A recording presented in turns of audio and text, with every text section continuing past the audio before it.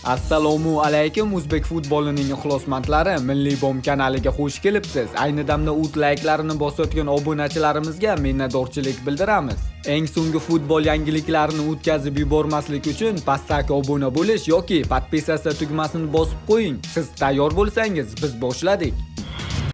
Superliga 10-tur o'yinlaridan keyin Foti Rankings portali o'z taxminlarini yangiladi. Ushbu turda Nasaf g'alaba qozongan bo'lsa, Agenka o'z maydonida Neftchi bilan durang o'ynadi.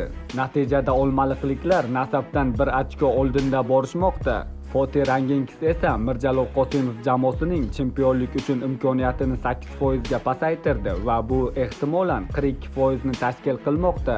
Nasafning chempionlik uchun imkoniyati 8% ga oshdi hamda asosiy favoritga aylandi 45%.